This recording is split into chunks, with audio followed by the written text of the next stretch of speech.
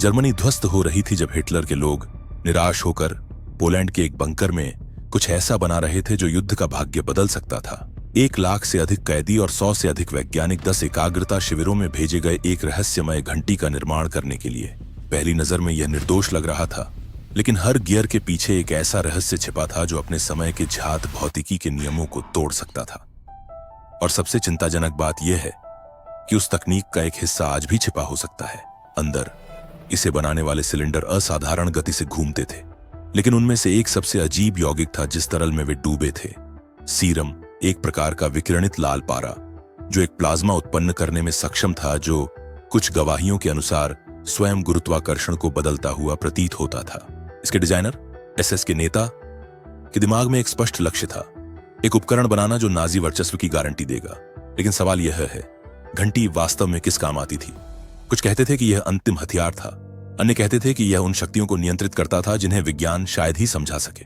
जब इसे खोजा गया तो सोचा गया कि यह केवल एक संग्रहित ऊर्जा परियोजना थी, लेकिन जैसे जैसे इसमें और अधिक जांच की गई, गुरुत्वाकर्षण के विरोध में अफवाहें उभरने लगीं। दशकों बाद लीक हुई कई रिपोर्टों का सुझाव है कि यह समय को नियंत्रित करने का एक प्रयास भी हो सकता है। विश्व संघर्ष के बीच यह उपकरण हिटलर की अंतिम आशा था। हालांकि जब वे परियोजना को समाप्त करने वाले थे तो तीसरा राइख गिर गया और घंटी गायब हो गई। हाल तक इस परियोजना में शामिल लोगों का कोई पता नहीं था। कुछ लोग कहते थे कि रहस्य को हमेशा के लिए सील करने के लिए उन्हें मार दिया गया था। यह रहस्य तब और मजबूत हुआ जब एक कथित पोलिश पत्रकार ने कुछ गुप्त दस्तावेज पाए जिनमें एक नाजी जनरल ने उस परियोजना से जुड़े 60 लोगों की हत्या करने की बात कबूल की थी। लेकिन शायद यह कहीं छुपी हुई प्रयोगशाला में है, किसी के इसे सक्रिय करने का इंतजार करते हुए, और यह एकमात्र सोया हुआ रहस्य नहीं है। येल विश्वविद्यालय के एक शांत कक्ष में एक पुस्तक रखी गई है जिसे दुनिया के सबसे अच्छे क्रिप्टोग्राफर भी नहीं समझ पाए हैं। वॉयनिक पांडुलिपि। यह वास्तविक है और इसकी उपस्थिति ने विशेषज्ञों को कई कारणों से 1 सदी से अधिक समय से चौंका दिया है। पहली बात यह है कि इसकी 240 पृष्ठ एक भाषा में लिखी गई हैं जो किसी जात वर्णमाला से मेल नहीं खाती। कोई अनुवाद संभव नहीं है, कोई स्पष्ट पैटर्न नहीं है, और सबसे बढ़कर कुछ पृष्ठ गायब हो गए हैं, जैसे किसी ने उनकी कहानी का कुछ हिस्सा मिटाना चाहा हो। लेकिन उनकी चित्रण और भी भयानक है। पौधे जो कभी अस्तित्व में नहीं थे, एलियंस की तरह दिखने वाले जीव, राशियों के चिन्हों से सजाए गए आकाशीय पत्र, नग्न महिलाएं जो अजीब उपकरणों में स्नान कर रही हैं, और चित्र जो मध्यकालीन रासायनिक आरेख जैसे दिखते हैं। छवियों का एक संग्रह जो रहस्य को स्पष्ट करने के बजाय उसे और गहरा करता है। यह पुस्तक 1912 में व्यापारी विल्फ्रेड वॉयनिक के हाथों में आई, जिन्होंने शपथ ली थी कि यह पवित्र रोमन सम्राट रुडोल्फ II और 17वीं शताब्दी के एक प्राग अल्केमिस्ट की थी। उससे पहले उसका कोई सुराग नहीं मिलता, जैसे वह कहीं से अचानक प्रकट हुआ हो। कार्बन डेटिंग इसे 1400 के शुरुआती वर्षों का बताती है, लेकिन आधुनिक विज्ञान भी इसे समझ नहीं सका है। कुछ लोग इसे मध्ययुगीन जासूसों के लिए एक उन्नत कोड के रूप में देखते हैं, जबकि अन्य इसे एक जटिल मजाक के रूप में देखते हैं जिसे उजागर करना असंभव है। यहां तक कि सुझाव दिया गया है कि यह एक आविष्कृत भाषा हो सकती है जिसका उद्देश्य अज्ञात है। लेकिन सबसे चौंकाने वाली बात यह है कि अगर यह सिर्फ एक धोखा होता तो यह कैसे समझाया जा सकता है कि न तो कृत्रिम बुद्धिमत्ता और न ही सैन्य क्रिप्टोग्राफर इसे तोड़ने में सफल रहे हैं। काबा का काला पत्थर। मक्का के दिल में लाखों तीर्थयात्रियों और सदियों की परंपरा द्वारा संरक्षित एक पत्थर है जो किंवदंती के अनुसार आकाश से गिरा था। यह एक साधारण धार्मिक अवशेष नहीं है। कई लोगों के लिए यह दिव्य के साथ एक सीधा संबंध है और दूसरों के लिए इस्लाम से कहीं अधिक प्राचीन अतीत का एक अवशेष है। इसे काला पत्थर कहा जाता है। यह काबा की पूर्वी कोने में स्थित है जो एक पवित्र स्थल है, और यह मोहम्मद से बहुत पहले से पवित्र था। परंपरा के अनुसार पैगंबर ने इसे 605 ईस्वी में वहां रखा था, लेकिन इसकी कहानी वास्तव में इससे बहुत पहले शुरू होती है।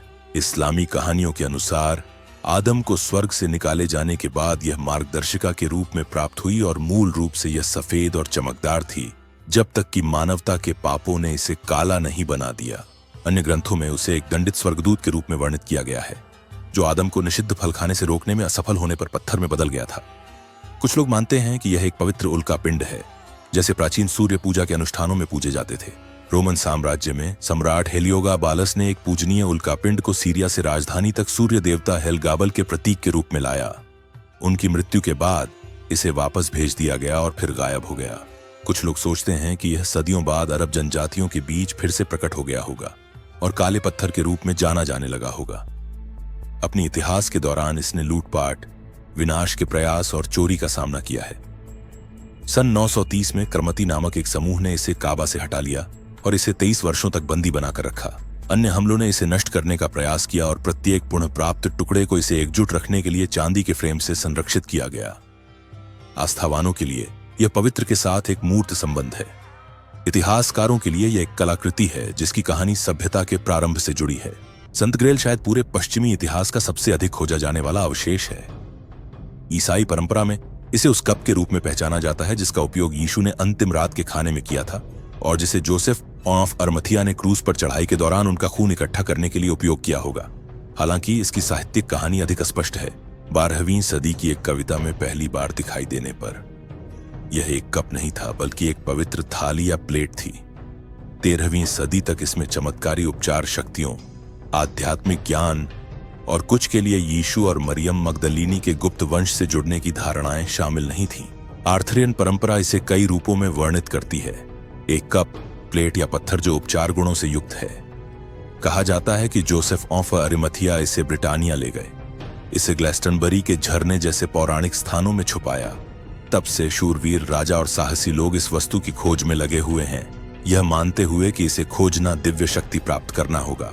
यहां तक कि आधुनिक समय में भी ग्रेल की मिथक ने गुप्त समाजों, खोजकर्ताओं और द्वितीय विश्व युद्ध के दौरान नाजियों को आकर्षित किया है। उसका निशान इतिहास में खो जाता है, लेकिन उसकी कथा अछूती रहती है। यह पवित्र की खोज और अजेय इच्छाओं के प्रतीक के रूप में शाश्वत है। सलोमन की अंगूठी सभी प्राचीन किंवदंतियों में सबसे शक्तिशाली अवशेषों में से एक है, जो परंपरा के अनुसार पीतल और लोहे में बनाई गई है। इस पर स्वयं भगवान द्वारा अंकित वह पवित्र नाम था जो इसे पूर्ण शक्ति देता था। राक्षसों पर नियंत्रण, हवाओं को नियंत्रित करना और जानवरों से संवाद करना।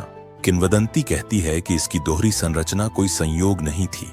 आधा हिस्सा शुभ आत्माओं पर शासन करता था, दूसरा अशुभ आत्माओं पर, जिससे सुलेमान अदृश्य सेनाओं का नेतृत्व कर सकते थे और अपने समय के सबसे बुद्धिमान लोगों के लिए भी असंभव कार्य कर सकते थे। सबसे विचलित करने वाली कहानियों में से एक में एक दानव उन्हें हरा देता है और उनका सिंहासन छीन लेता है।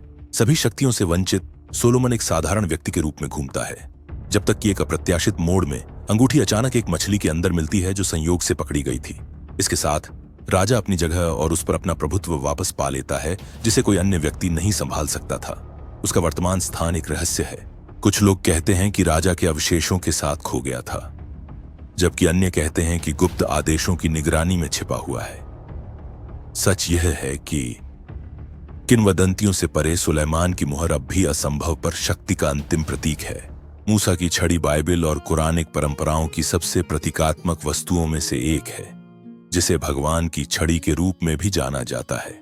उसके साथ मोशे ने चमत्कार किए जो किसी भी व्याख्या को चुनौती देते थे। उसने फराओ के सामने छड़ी को सर्प में बदल दिया, लाल सागर के जल को अलग किया, रेगिस्तान में एक चट्टान से पानी निकाला और मिस्र के प्लेगों के दौरान संकेत प्रकट किए। उसकी शक्ति केवल चमत्कारों में नहीं थी, बल्कि नेतृत्व और विश्वास के प्रतीक के रूप में उनकी भूमिका में थी। अमालेकियों के खिलाफ लड़ाई में जब मूसा ने छड़ी को ऊपर उठाए रखा तो इस्राएल ने बढ़त बना ली। जब वह इसे नीचे करता तो दुश्मन फिर से ताकत हासिल कर लेता। यह एक ठोस अनुस्मारक था कि जीत केवल सैन्य शक्ति पर निर्भर नहीं थी। सदियों के साथ इसका स्थान अनिश्चित हो गया।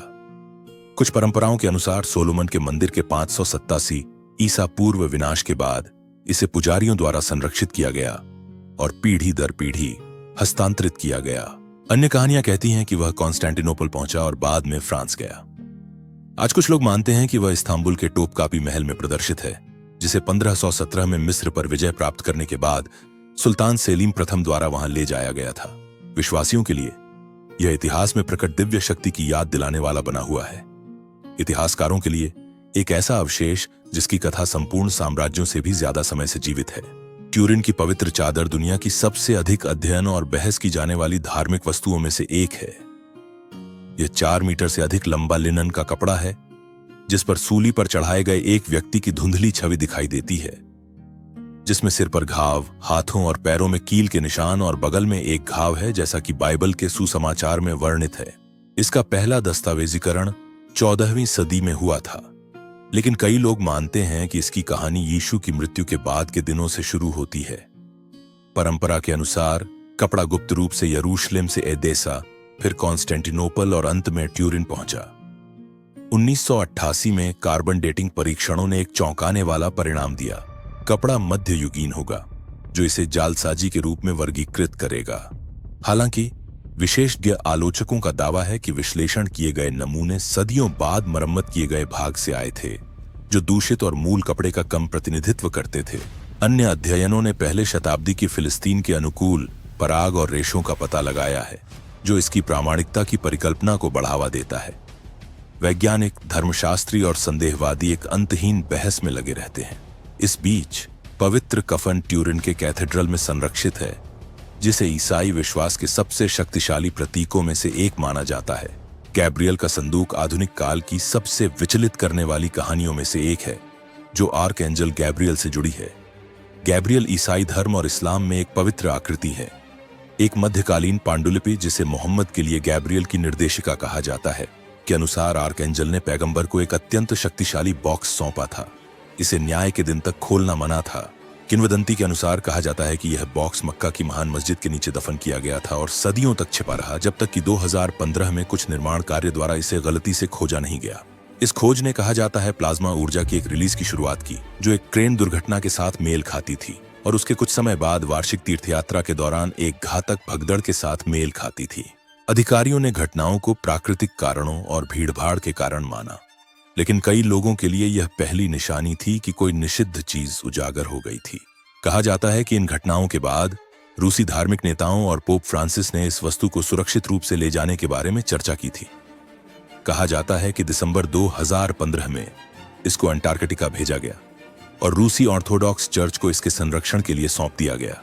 कुछ लोग मानते हैं कि यह गैब्रियल की नाव के बारे में नहीं है, बल्कि एक बहुत अधिक अंधेरे उपकरण के बारे में है, जिसे वे शैतान की नाव कहते हैं। संधि का संदूक उससे आगे जाता है। यह बाइबल के इतिहास की सबसे रहस्यमयी और शक्तिशाली पवित्र वस्तुओं में से एक है। हालांकि ऐसा लगता है कि इसका स्थान झात है।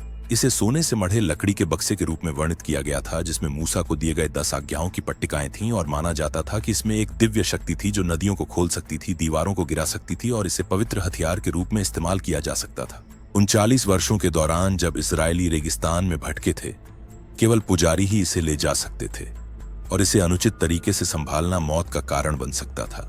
उसका पता बाबुल के यरूशलेम की लूट से पहले 587 ईसा पूर्व में खो गया था।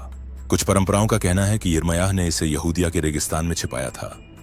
अन्य कहते हैं कि इसे सुलेमान द्वारा निर्मित कक्षों में मंदिर पर्वत के नीचे दफन किया गया था। कुछ परिकल्पनाएं यह भी हैं कि उनका स्थानांतरण टेम्पलर नाइट्स या यहां तक कि अंटार्कटिका के लिए नाजी अभियानों से जुड़ा हुआ है। इथियोपिया में अक्सुम की सेंट मैरी ऑफ सियोन चर्च का दावा है कि वह इसे संरक्षित करती है। केवल एक भिक्षु इसे देख सकता है और कहा जाता है कि जो लोग इसकी निगरानी करते हैं वे आमतौर पर अधिक वर्षों तक नहीं जीते। भाग्य की भाला वह हथियार माना जाता है जिससे एक रोमन सैनिक ने क्रूज पर चढ़ने के दौरान यीशु की बगल को भेदा था। हालांकि बाइबल में इसका कम जिक्र है। इसकी बात की कहानी रहस्य और शक्ति से भरपूर है। सदियों से विभिन्न अवशेषों ने यूरोप में यात्रा करते हुए और युद्धों, लूटों और विजय के बीच हाथ बदलते हुए असली भाला होने का दावा किया। कॉन्स्टेंटिनोपल में संरक्षित एक संस्करण को क्रूसेडरों द्वारा पश्चिम में ले जाया गया, जहां यह फ्रांस के राजा सेंट लुई जैसी हस्तियों के हाथों में गया। फ्रांसीसी क्रांति के बाद कई अवशेष खो गए। 1938 में एडोल्फ हिटलर लांसा डेल डेस्टिनो के प्रति जुनूनी हो गया, यह मानते हुए कि यह उसे पूर्ण शक्ति देगा।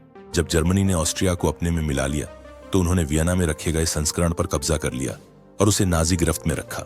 द्वितीय विश्व युद्ध के अंत में भाला एक गुप्त ठिकाने में गायब हो गया था, लेकिन इसे मित्र देशों की सेनाओं द्वारा बरामद कर लिया गया और ऑस्ट्रिया को वापस कर दिया गया।